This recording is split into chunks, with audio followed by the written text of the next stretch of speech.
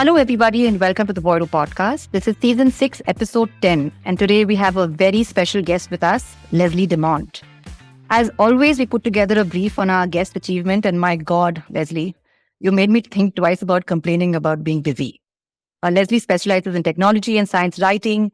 He's worked with leading media groups. He covers everything from digital transformation to autonomous vehicles to blockchain, AI, even dark matter. Leslie is a MIT Knight Science Journalism Fellow and a TEDx speaker. In his other avatar, which by the way, there is another avatar to this, he curates Mint's tech events and moderates industry panel discussions.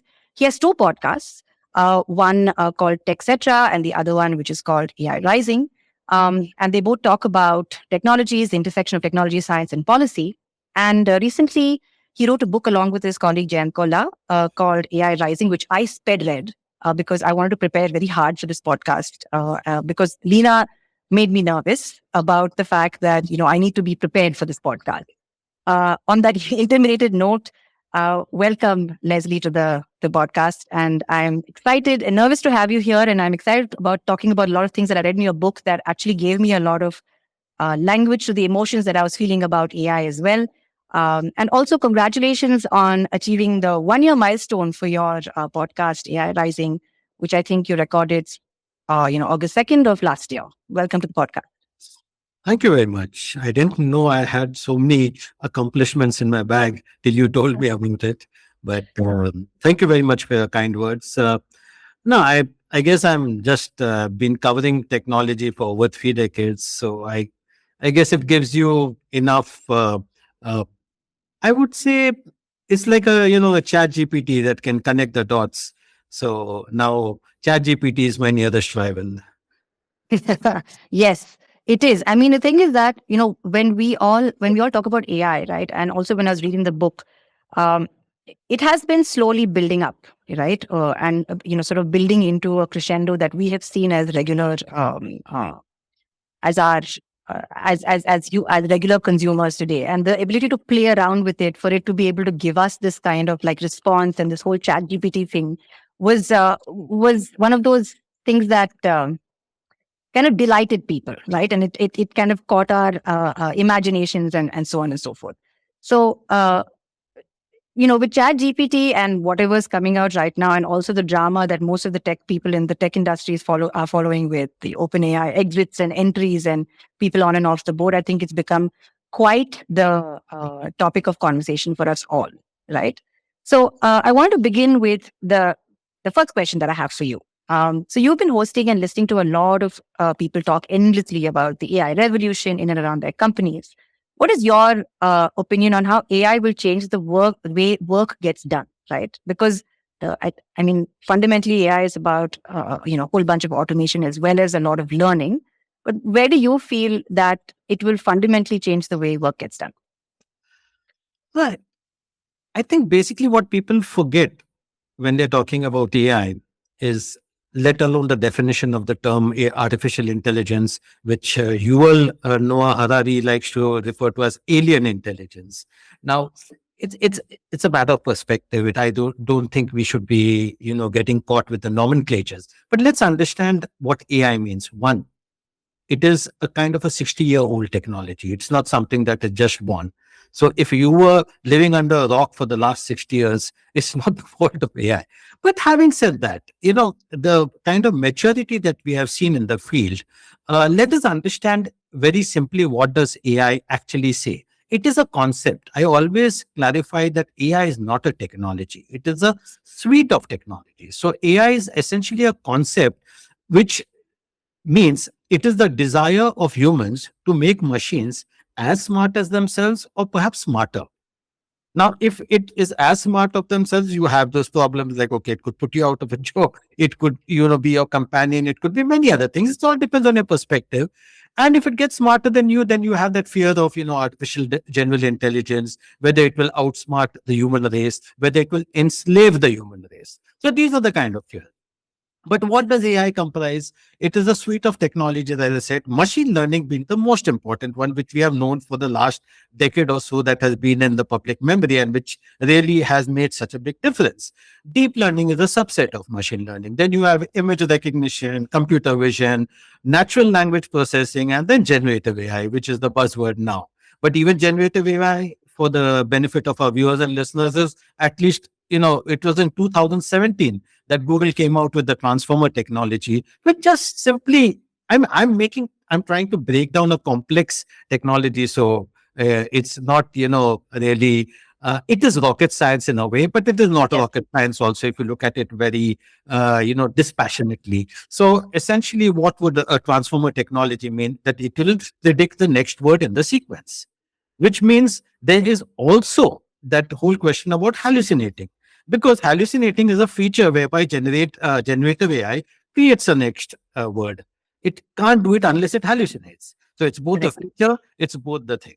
So AI looked simply is already there. It has been there in for the last 10, 15 years. It's there in our public consciousness. It has already revolutionized what we have done. Let's take a simple example. We are having this video call. There's a lot of color correction that's happening, auto correction that's happening. The voice is being improved as we speak. The mere fact that we can talk to each other, and that process is being refined in real time, that is AI. Moment you use search engines, okay. Now, of course, I'll come to the chat gpt, we'll come to that in a bit, but let's take historically, we have been using search engines and recommendation engines. So we have been doing either shopping on Amazon or Flipkart or whatever, Misho, whatever you want to do. You have been already using AI. Your smartphones, your cameras have been enhanced. You have been using voice assistants on smartphones, etc. So many kind of enhancements. So a smartphone itself is an AI powered machine. Then look at banking. You're using your UPI. You're using it. Your smartphone has become your bank today. I wonder when, Kavita, when you last visited a bank branch. I don't remember doing it. It's a huge stress point for me. Somebody says, come to the branch, I'm out of my depth. I'm like, what do I do there? Exactly. Exactly. Yes. Because it's not about human interaction. It's just that you can get everything done. Right. Correct. Doing a forex transaction, subject to, of course, FEMA rules. Others, RBI will keep on jumping on Correct. the day. What are you recommending? No, I'm saying within everything which is regulated, and even transferring money on the fly. And AI has made all this possible. Look at your digital public infrastructure, the DPI part, which is UPI, Aadhaar, the whole India stack, and now the Agri stack, etc. That is exactly also, being powered, underlined by cloud computing and AI and those kind of technology. So it's a very robust kind of environment that we've already built. AI is everywhere. Let's, Andrew Ning in 2020, if I'm not mistaken, had also made the statement. I mean, he has made the statement very often, but I think during one of the interviews that I had with him, he reiterated that, AI is the new electricity. Now, that's a little of, I mean, I would hesitate to call it electricity at this point in time, but will it get there? Yes, I definitely, because, people like Andrew Ning and Abir have been at the forefront of technology. And I'll come to that also in a bit when we talk about the debates around it, which I'm sure you're going to, Yeah. talk about. So, yes. So currently, I would say AI is a very mature technology. It will help India become a digital I won't say superpower. I'm from the media, so I will be, very circumspect about using these superlatives. Sure. I would say yes, it has clearly put India on the digital roadmap of the world, basically. So we are already a global powerhouse to recognize. Earlier, we had the Indian IT services firms. Now we have, a sort of AI. When you want, we can get more into the depth of how that AI ecosystem is being built. And Yes. we also, have a lot of the AI mission, which has been announced during the recent, the last couple of years. We have had a lot of announcements, whether it's the AI mission, whether it's the supercomputing mission, or the quantum computing mission, and many other such things. So yes, AI is already there. around us. As I said, the recommendation engines, smartphones, banking, in retail, finance, everywhere. What was earlier, simple data analytics and all, and you are in that hardcore field. Your OTT recommendations, for heaven's sake, Right. everybody who uses Netflix suddenly says, okay, you want to see this film, this film, this film. What is that? That's all AI. So Yep. AI has already been around us. Now let's open our eyes and realize that it's there.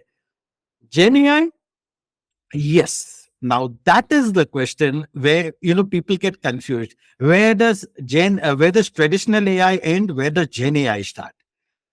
Over there, I would like to give a slightly my perspective, which will probably help your viewers and listeners to understand this better. What the stuff that we have been talking about now is been conventional AI. You want to call it conventional AI, you want to call it traditional AI, or whatever name you want to give it. Old AI versus new AI, AI 1.0, AI 2.0. We love these nomenclatures.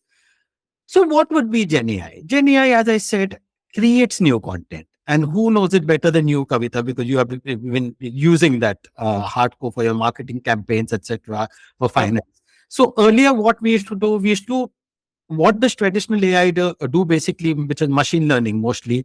It takes data, it makes predictions based on that data. So Mm. that's it gives you a very good insight, but it looks at historical data. It does not create new content. Gen AI has given us the ability to create new content. So doesn't just look at the data, it creates more content. A classic example would be your marketing campaigns where, now today you can just give a prompt and presto, you get a whole article there. I'm not Correct. getting into the copyright plagiarism, IP, trademark violations, etc. That you can ask me whenever we want to have that discussion. But as of now, I'm just talking about the positive aspects. Then you look at your finance. Of course, your finance also, we are using, earlier used to, now everybody has been used to a chatbot. We have been talking on chatbot. I used to find them extremely dumb. So I would always, insist that people, for heaven's sake, don't use these IVRs. I Yes. just can't Press get it. 9. Press 9 to speak to a customer success executive. You're like, just press that 9. Be like getting a baseball Yeah. bat, knocking the thing. But yeah, so you lose your cool like most of the time. So those dumb chatbots, which were the rule-based chatbots and would just, rely on your FAQs, and it's more like a database query, there's old database queries. You query the structured database, get that information out, and presto, you think that some magic has said it. But they were extremely dumb beyond the first thing. Even Siri, for that matter of fact, Alexa, Mm. beyond the first two calls of your songs, you get so tired. What am I doing? It's Correct. really dumb machines. Then it moved into intent based chatbots, and now into LLM based chatbots because of generative AI. So your large language model based chatbots are becoming more intuitive, more intent based, more context based. Are they intelligent?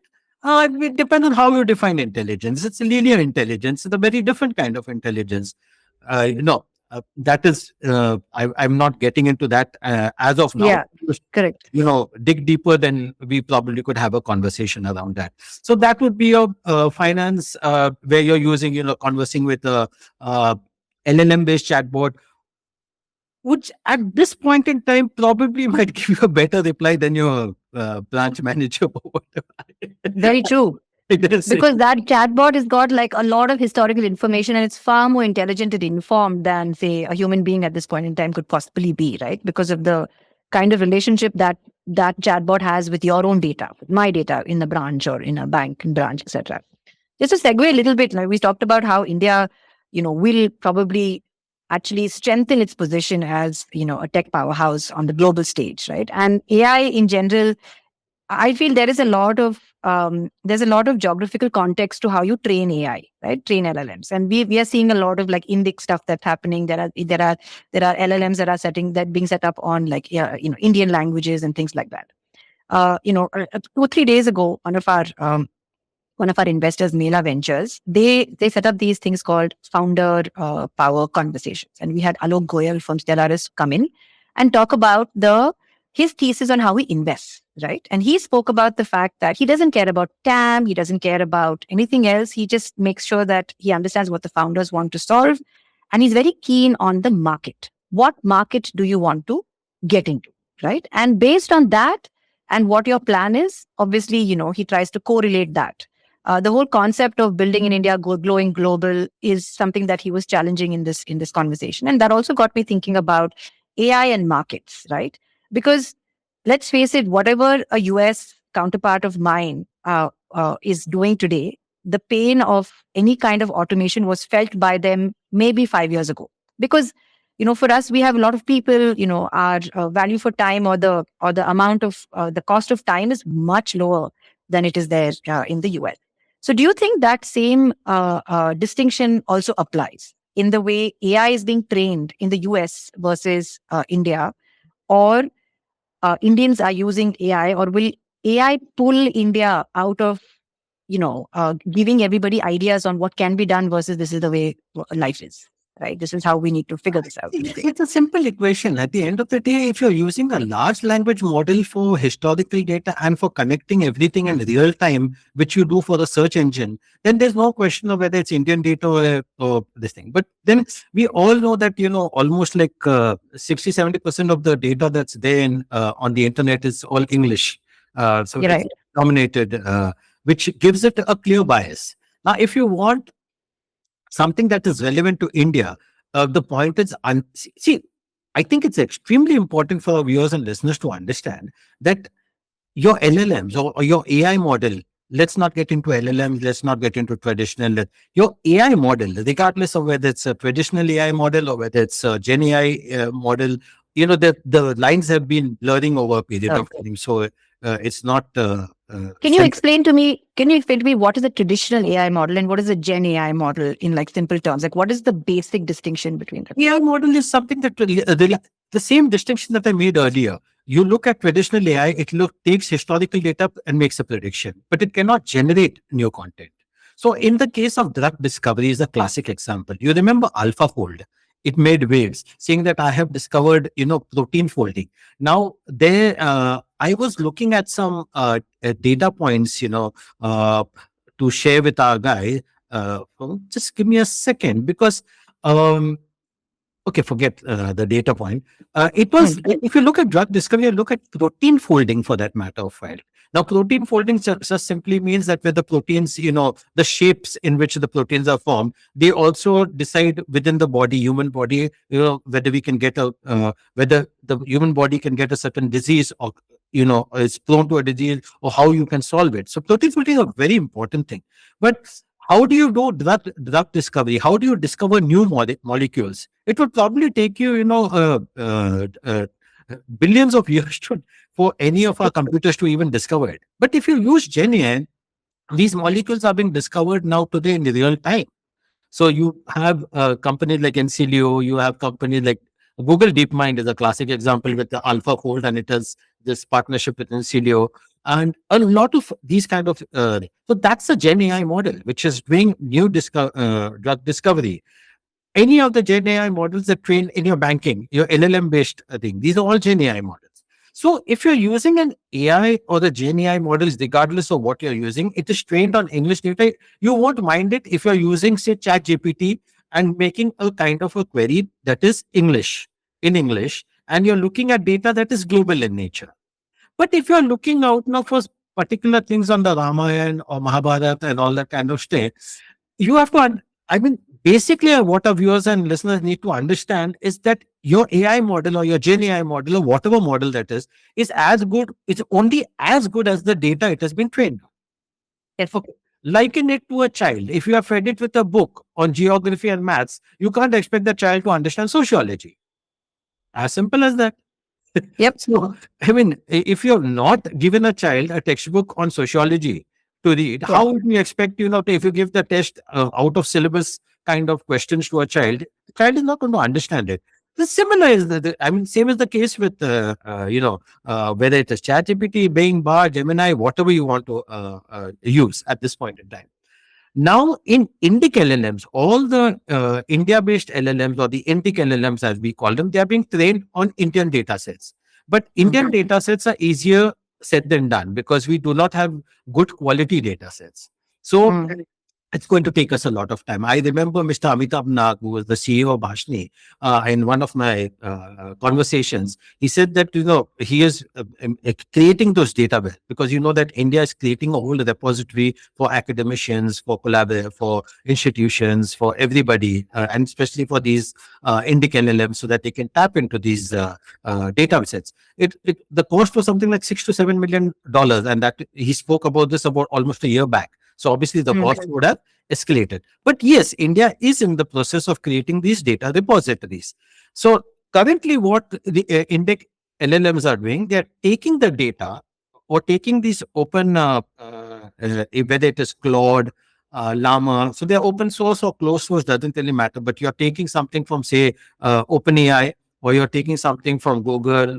They're using Gemini, Microsoft, Meta's Llama, or whatever you choose to be, and taking the application programming interfaces, the APIs, and building these LLMs using many of these by fine tuning them on data that is available indigenously or the local data. Now, Right. that also requires two or three things. It requires GPUs. Yes. Now, whether you use a GPU or CPU combination doesn't really matter, but it requires computing power, to put very simply. It requires a lot of Indic databases and Indic the data sets that you have to create. And it requires, so there's money involved, a lot of cost. So which is why, say, I think it is Sarvam that already there's some $50 million. Then you have SML's Hanuman series. You have Tech Mahindra's Indus project. You have Pranav Mistri's, that Sutra, and many other things. But they're finding it's not easy to get the funding for that. Look at OpenAI, the other way around. They have got so much money to spend. So they can create those massive LLMs. India doesn't have to create those massive LLMs. It will create what are known as SLMs, or small language models. Yeah. Now, those LLMs and SLMs, they could be just text based, which is not the case any longer, because they will eventually turn into what are known as multimodal language models. So multimodal, very simply put, just means I can create text, data, code, anything under the sun. As it. So it's a DALI, it's a BARD, everything mixed together. So that's how. Yeah. And for what you're saying with an LLM, which is a large language model, and a small language model, there'll always be a kind of a correlation between them. As a service provider, if you're building some kind of an application on top, you can use a collection of LLMs instead of using just one, right? For it to be able to fetch and learn from various places. And you think you see a future in which, or are we already there, where LLMs and SLMs, like something that's happening in India, is also lending to a large language module that is there in the US, because obviously, we speak different languages and there are different contexts. That I'm not too sure, because see, the LLMs also can translate in Indian language. They already access the Indian language. It's not that, but Correct. they don't do a very good job of it, which is why you're creating one.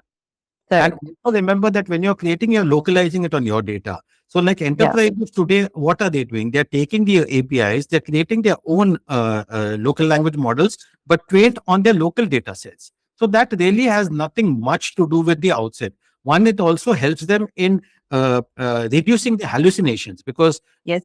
they're training it on their own database.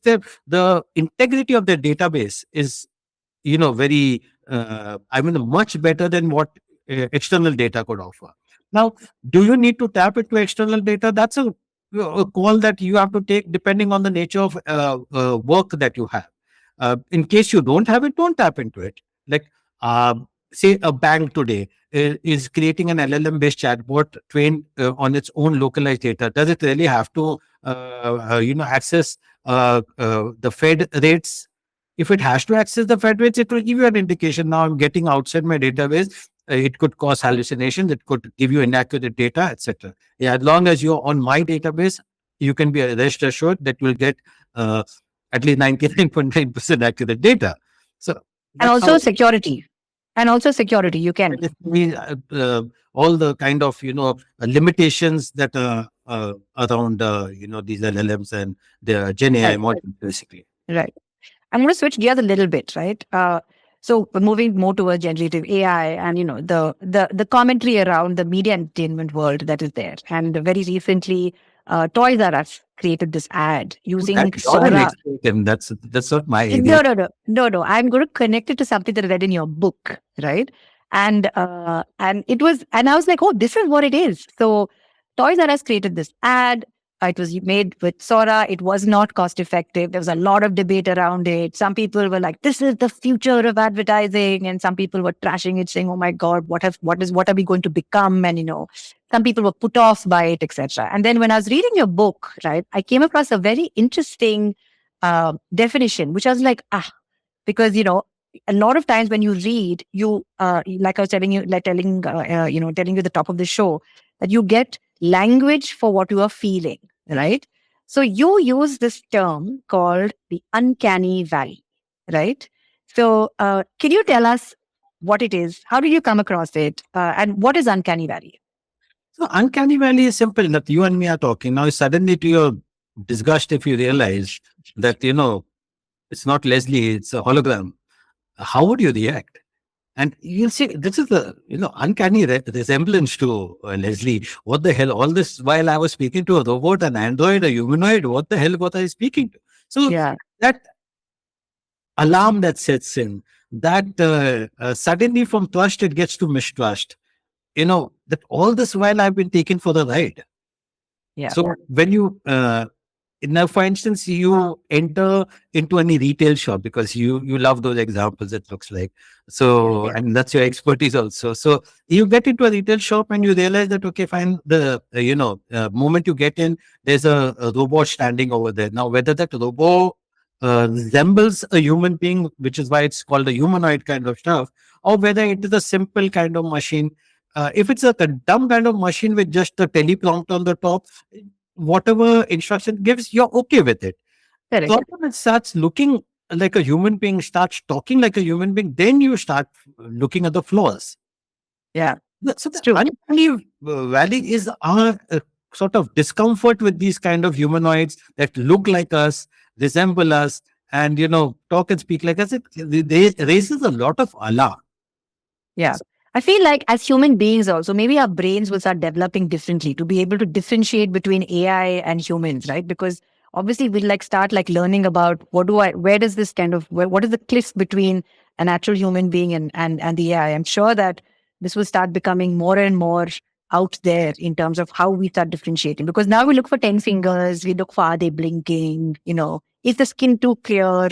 So Exactly, yeah, because a human being is so much more than just a human. We don't even realize. Like you look at now Doordarshan, and you never expect Doordarshan to start something like DD Kisan and DD something. They have started two avatars which talk about and give farmers a lot of information in the form of. You have news anchors that are coming up now. Do I want a news anchor to read out that news to me? Uh, Given the nature of news where people are just repeating the news, 24 by 7, you don't have 24 by 7 news. We all know we are all in that field. So, would it make sense, of a certain way, a true reporter or the true editor would spend a lot more time in giving analysis and in deep insights rather than just spewing up the same thing and reiterating. So wherever task can be automated, probably anchor can just pick it up.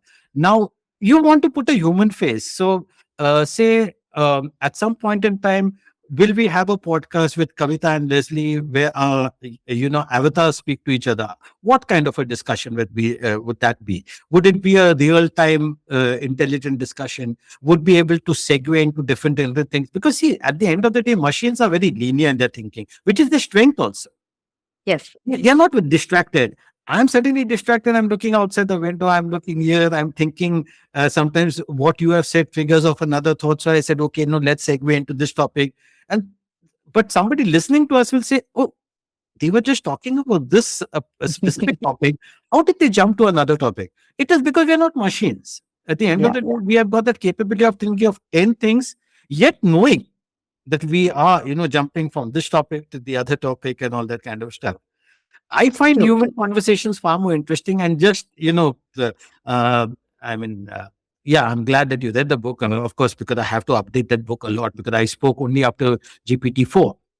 Yes. what happened till then. Yeah. But the more important part is a quote from Marvin Minsky, which I've used in that book also.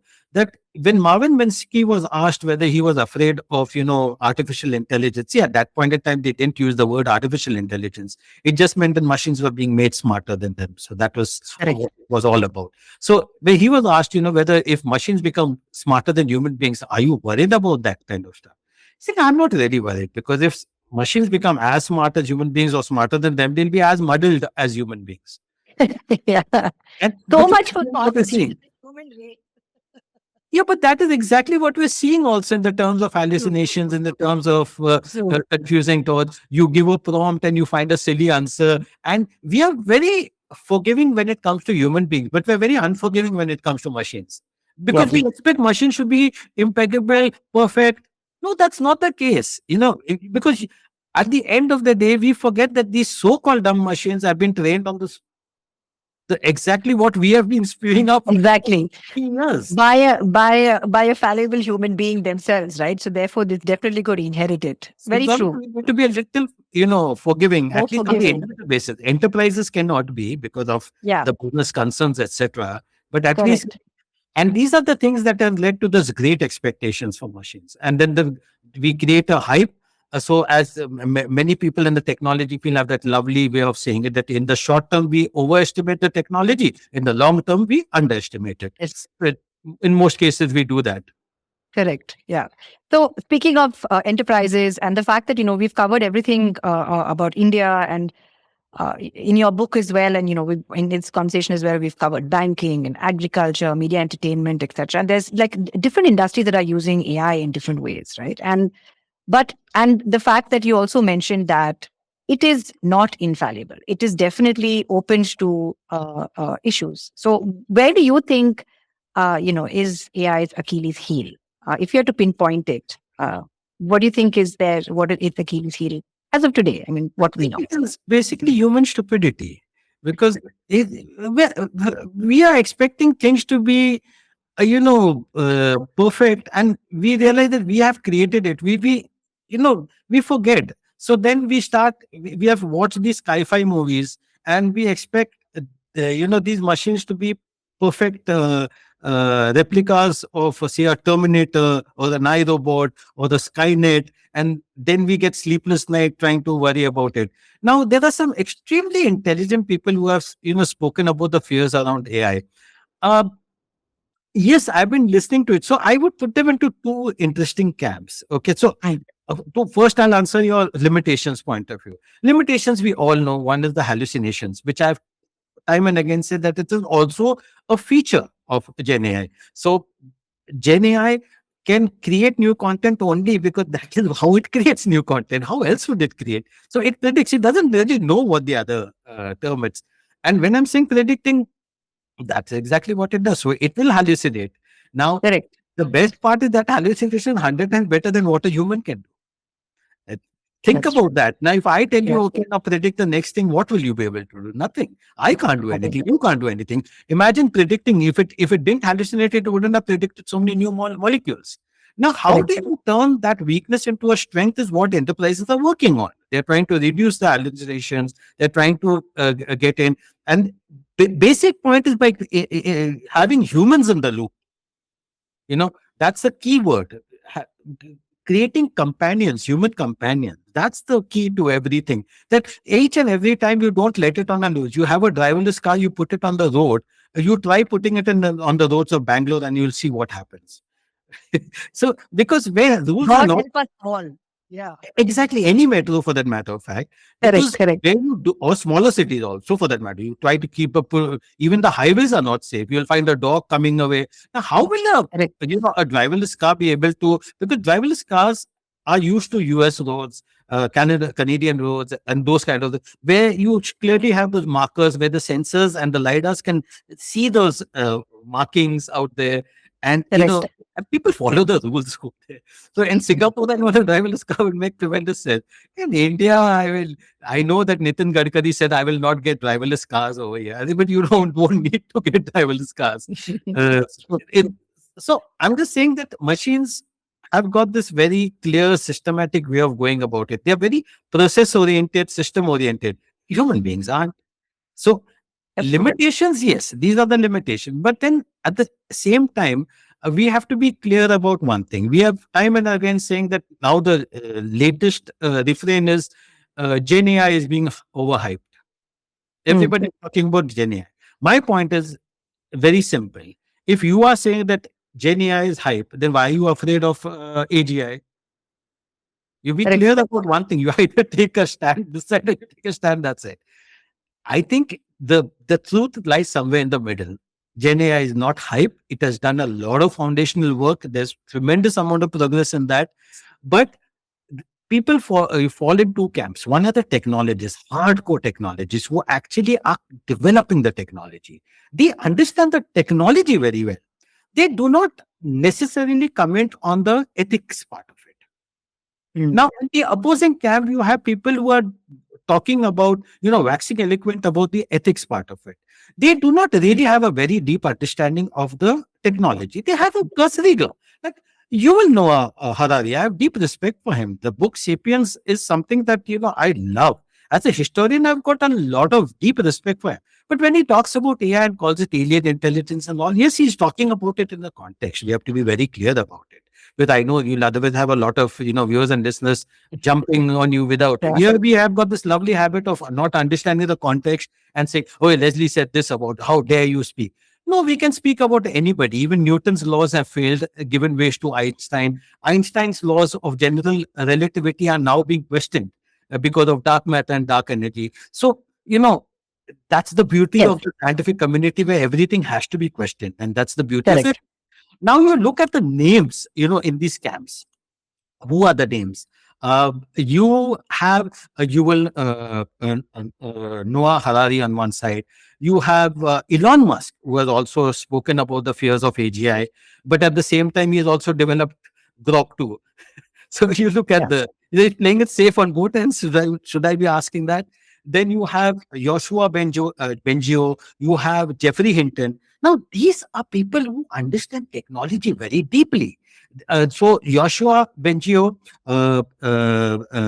Jeffrey Hinton, they are also known as the godfathers of modern AI. So please understand that these are hardcore computer scientists. Correct. Elon Musk, of course, is an established person. We all know who Elon Musk is.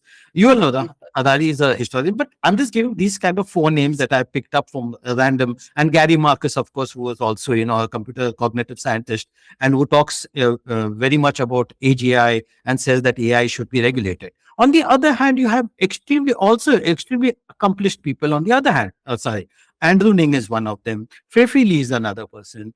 You take Yan Liquan, Meta chief scientist, and you look at these people, they're also giving you a very different point of view, saying that, okay, don't be worried. The technology is not that mature. You know, the technology, there's so much to learn. There are so many limitations. Please be circumspect and temper your expectations. Don't overhype the technology. So there are, I wouldn't say that one camp is right and one camp is wrong. No, both have very, very strong views. People have to, draw from them and understand that, okay, fine, the truth lies somewhere in the middle as of now. As you start getting more data, as Gen AI becomes more and more, reduces its limitations, becomes more and more powerful. In a powerful, see, again, this powerful is also a loaded term. Moment you say powerful, you start saying, okay, so it's getting to AGI. What is AGI? Nobody even knows. Even the kind of definitions that are currently floating on the internet on AGI have been diluted over a period of time. So we are talking about AGI in a linear way. Yes, in that case, Yes. if you really talk about human kind of intelligence, you'll require a molecular body, a carbon-based kind of body. You'll require a Yes. brain. Now look at our brain. Our brain can do 10,000 other things. You also spoke about somebody trying to upload brain consciousness, right? There was somebody in your book that you were. Also, Yeah. that is a lovely, it's an open secret that every person in the person who has the money bags in Silicon Valley and all the guy have sort of committed to uploading their brains into a robotic exoskeleton and living forever at some point in time. You have the futurist Ray Kurzweil, who has spoken about it so often, these kind of things. It's wonderful to hear them also. And he talks about AGI by 2047 and all. See, the point of these dates can be, nobody should hold it against the date.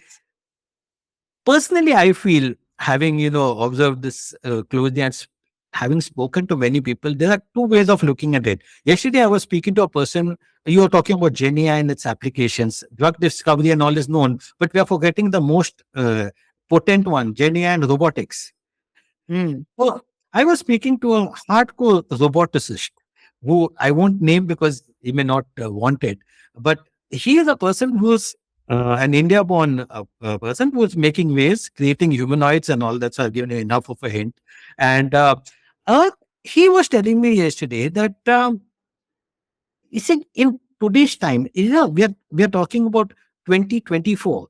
A robot finds it so hard to even pick up a smartphone or hold a cup in his two fingers. It's painful. You see, all the stuff that you see is in videos, it looks very good. In demos, it looks very, and even I'm referring to things like Hanson Robotics, Sophia, Han, etc. I'm speaking about Boston Dynamics, those dogs leaping on stages and all. Remember, they have a battery life. At the end of the day, for heaven's sake, they keep about 8 to 10 dogs, in waiting and on charging, because they won't be able to think. Now, a human can keep on jumping the entire day. You look at a kid, you give a kid, the kid will really jump for man, an oldie like me may not be able to jump. But at least a kid would be jumping and prancing around for the entire day without the batteries being charged. Today, they are working on capacitor technology. They are working on better sensors. They're working on better image recognition. They're working on better computer vision for robotics. So look at the whole human effort that is going there. We are creating that. Now, somebody will still come and say, no, but what, tomorrow you will have that kind of powerful machine that will dominate everybody. Oh, come on now. This is like asking me, it's a chicken and egg situation. Who created, you can always get into the God one, which is a very sensitive thing. Correct. We created gods or gods created us? Correct. Big question. Yeah. Also, we're also creating everything AI in the likeness of human beings as well, both the good and the bad. That's exactly what I was referring. Whether we created gods or gods created us.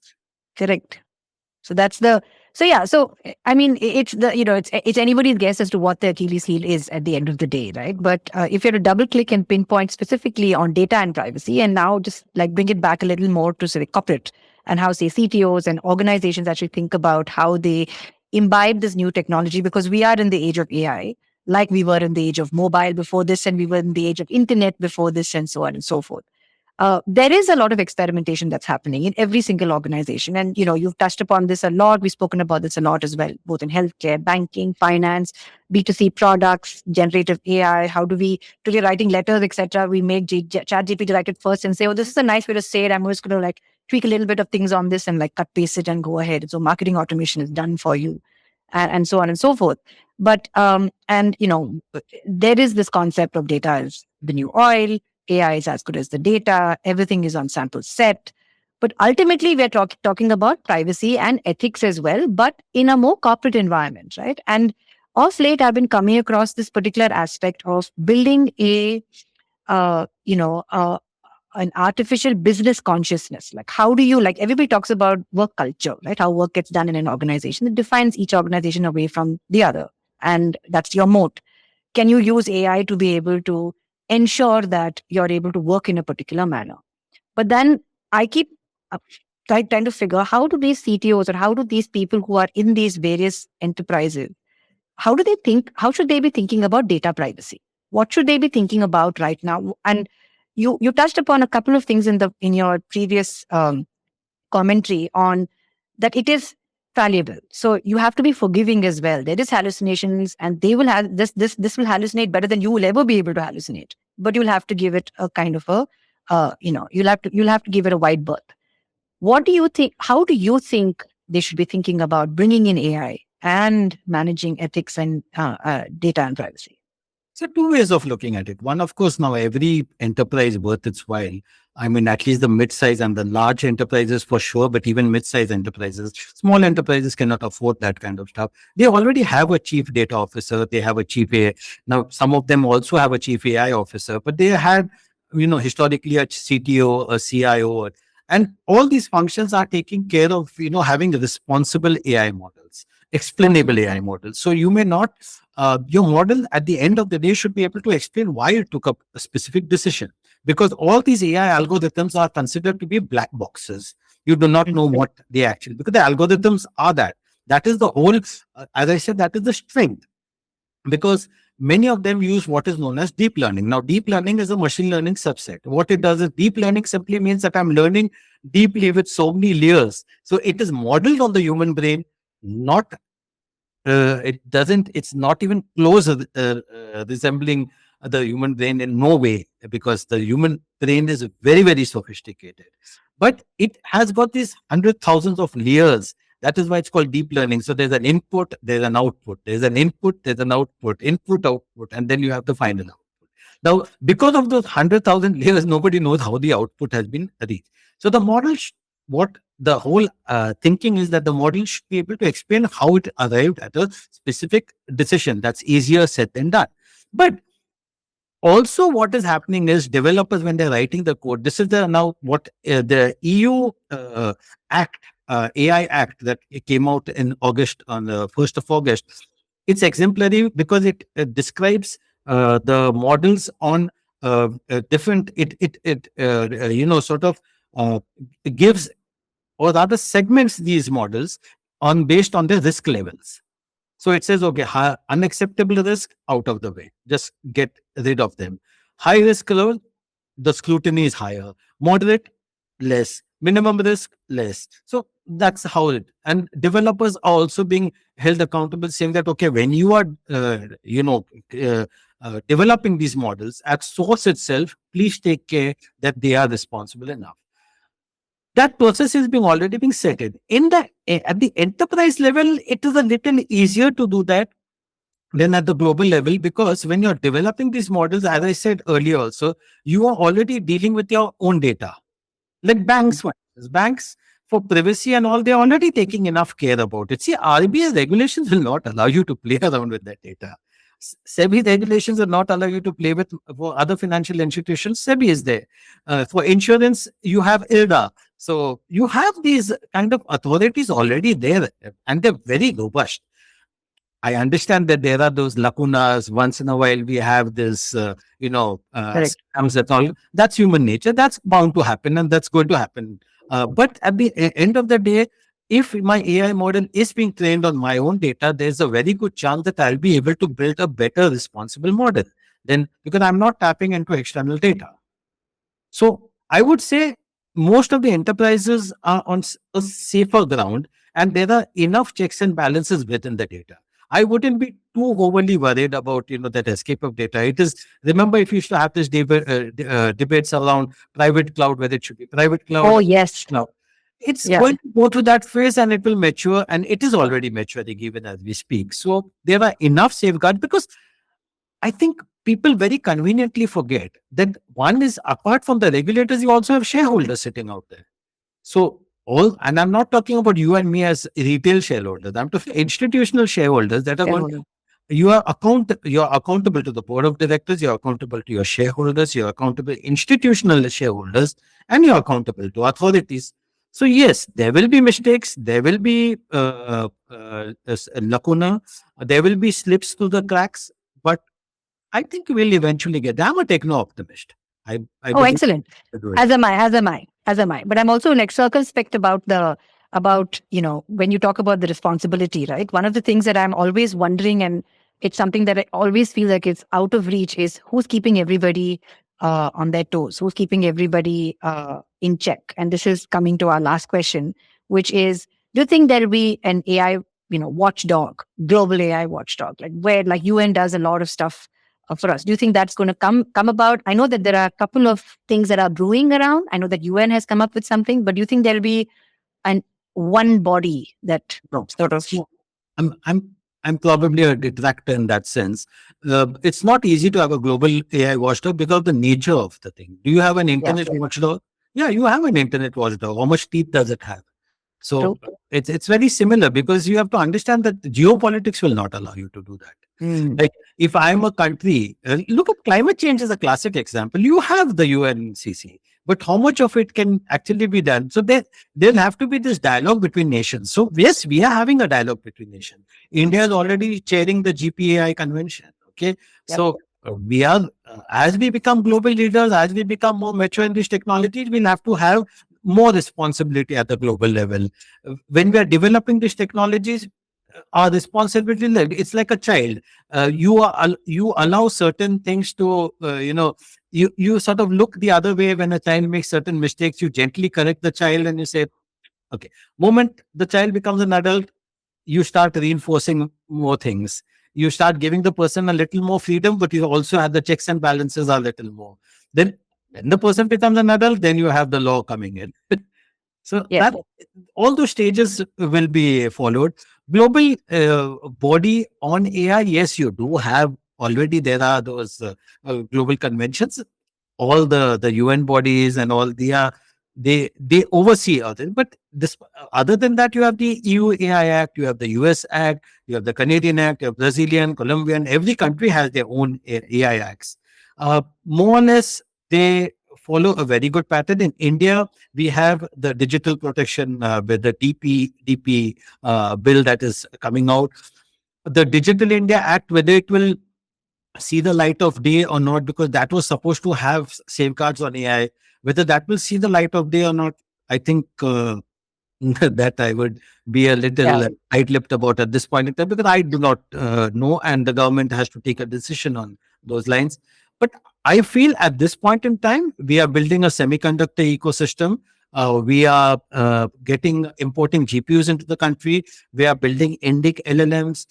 We are doing a lot of other stuff, and we're also having enough safeguards. The Indian IT Act 2000 with the IT rules 2021, some of them which are being challenged in the courts even as we speak, are still, we have enough, reasonable amount of safeguards at this point in time. Do we require a clear AI bill to safeguard it? Personally, yes, I do feel, but I also believe that the government will eventually come up with these things. Probably we are just waiting for the technology to mature a bit in India, as I said. Fair enough. Fair enough. I think, we have a lot of headroom for growth. We mentioned also where we are in the entire startup ecosystem. India is also kind of moving up the ranks and, US is, far ahead as they should be given the head start that they had. And so there's a lot of exciting things that are happening as well in the Indian ecosystem. On that note, I want to thank you for being part of this podcast.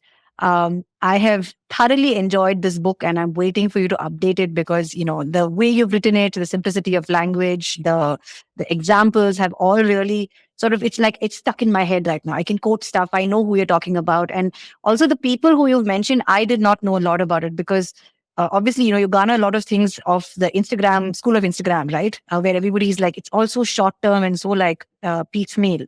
It was a great read. It's been a while since I read a book where I went through it that fast. Also because I was really nervous about this podcast, so there was a lot more impetus. But I enjoyed this conversation. I hope you did too. And thank you to all Like, our listeners for listening. absolutely, I enjoyed the conversation. Thank you very much. Thank you, Leslie. Thank you, Lina and Santosh and Gautam for producing this show as always. And we will see you next time with our next episode.